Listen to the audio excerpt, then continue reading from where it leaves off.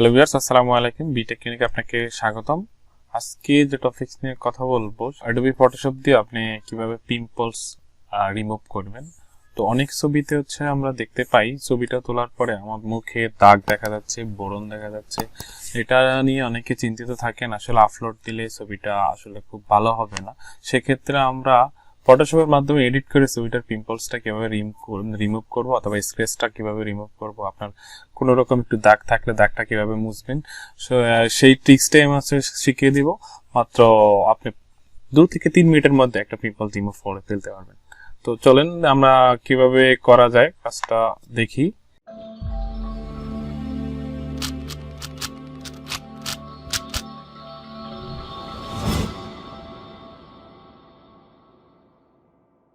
প্রথমে আমরা চলে যাব অ্যাডোবি ফটোশপ। আপনি অ্যাডোবি ফটোশপের যে কোনো ভার্সন দিয়ে এটা করতে পারবেন। সো আমি যেটা ইউজ করব সেটা অ্যাডোবি ফটোশপ 2020।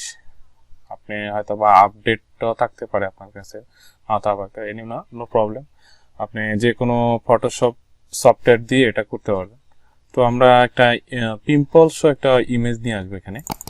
তো প্রথমত আমরা পিম্পলস একটা রিমুভ আমি ডাউনলোড করে রেখেছি। সো দেখেন এটা একটা পিম্পলস একটা ইমেজ। তো দেখেন এখানে অনেকগুলা বোরন আছে। তো এইটা আমি চাচ্ছি যে রিমুভ করবে। তো কিভাবে রিমুভ করব? তো এটার জন্য একটা টুলস ইউজ করব।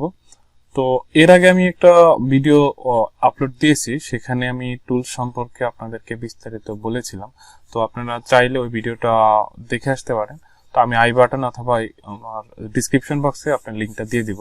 তো সেক্ষেত্রে এখন আমি টুলসটা সিলেক্ট করব। সেটা দুইটা ওয়েতে করা যায়। একটা ক্লোন স্টাম্প টুল, আর একটা আপনার প্যাচ টুল। তো আমি আজকে দেখাবো প্যাচ টুল। আপনি প্যাচ টুল দিয়ে খুব ইজিলি এবং কুইক করতে পারবেন। আর ক্লোন স্টাম্প টুলটা একটু আপনাকে কালার সিলেক্ট করতে হবে, দেন সিলেক্ট করে আবার আপনাকে অল্টার শেপে ধরে করতে হবে। তো সেই ক্ষেত্রে একটু সমস্যা হতে পারে।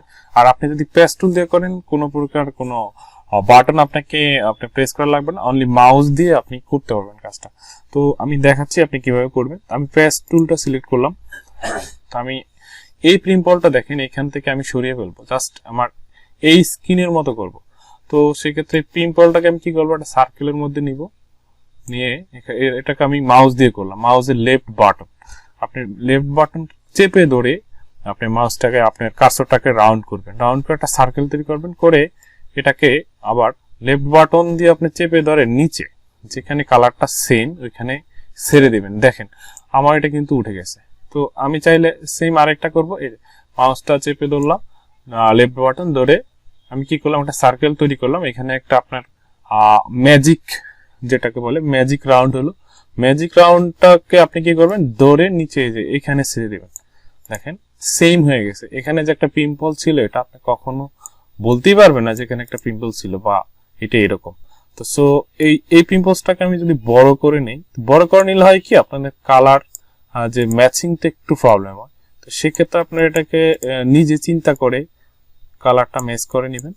তো ইজিলি দেখলে আমরা কিভাবে পিম্পলস রিমুভ করলাম। তো আজকের ভিডিওটা এই পর্যন্তই। তো আশা করি ভালো থাকবেন। আর অবশ্যই যদি ভিডিওটি ভালো লাগে সেক্ষেত্রে অবশ্যই লাইক, কমেন্ট, শেয়ার করবেন। সো আল্লাহ হাফেজ।